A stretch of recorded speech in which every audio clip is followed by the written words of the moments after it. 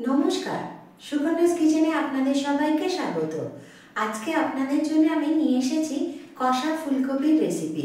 তো চলুন কিভাবে বানাই সেটা একবার দেখে নিন।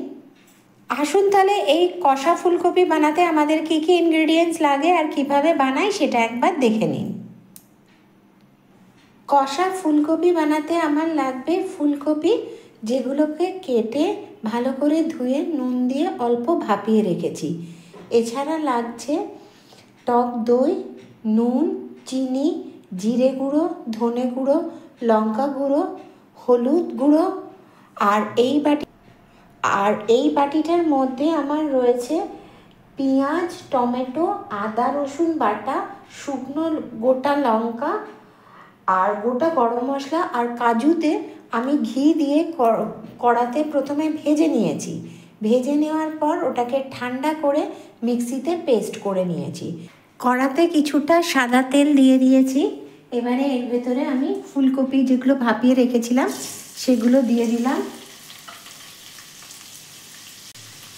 এর সাথে একটু লঙ্কা গুঁড়ো দিচ্ছি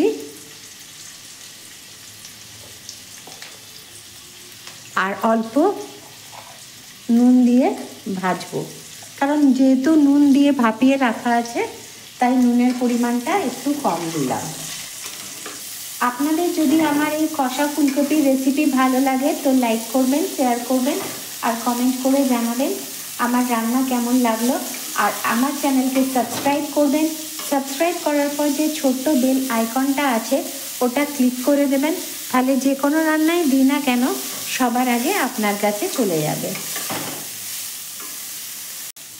দেখুন আমার ফুলকপিগুলো লাল লাল করে ভাজা হয়ে গেছে। এবার এগুলোকে আমি নামিয়ে ফেলবো। কড়াতে কিছুটা সাদা তেল আর ঘি দিয়ে দিয়েছি। এবারে যে পেস্টটা করে রেখেছিলাম সেই পেস্টটা দিয়ে দিচ্ছি।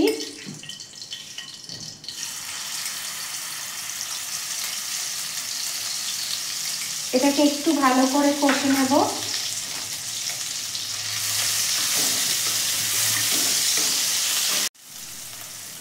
এর সাথে সমস্ত গুঁড়ো মশলাগুলো দিচ্ছি। প্রথমে হলুদ গুঁড়ো দিলাম, তারপর লঙ্কা গুঁড়ো দিলাম, ধনে গুঁড়ো দিয়ে দিচ্ছি, জিরে গুঁড়ো, নুনটা পরিমাণটা অল্পই দিয়েছি, আর একবার টেস্ট বুঝে নুন দেব।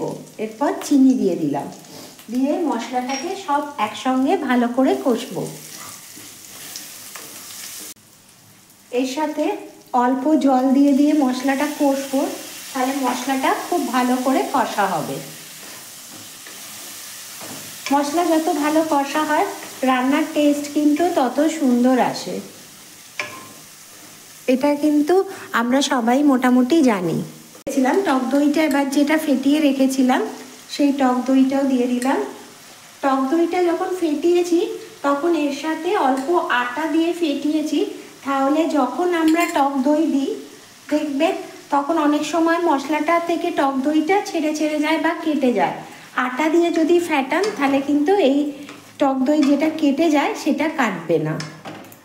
দেখুন আমি টক দইটা দিলাম কিন্তু আমার একটুও কাটেনি টক দইটা। মশলাটা আমার খুব ভালো করে কষা হয়ে গেছে। এবারে যে কপিগুলো ভেজে রেখেছিলাম কপিগুলো দিয়ে দিলাম, দিয়ে ভালো করে কপিগুলো এর সাথে মশলার সাথে মাখিয়ে নেব।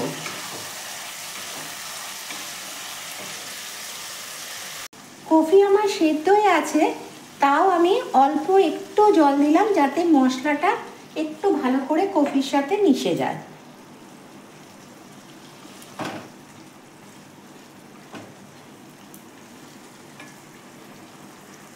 এটা ভালো করে ফুটে গেছে। নামানোর আগে এর ভেতরে আমি গরম মশলা গুঁড়ো ছড়িয়ে দিচ্ছি, দিয়ে এটাকেও আমি একবার ভালো করে মিশিয়ে নিয়ে ফুলকপিটা নামিয়ে ফেলবো।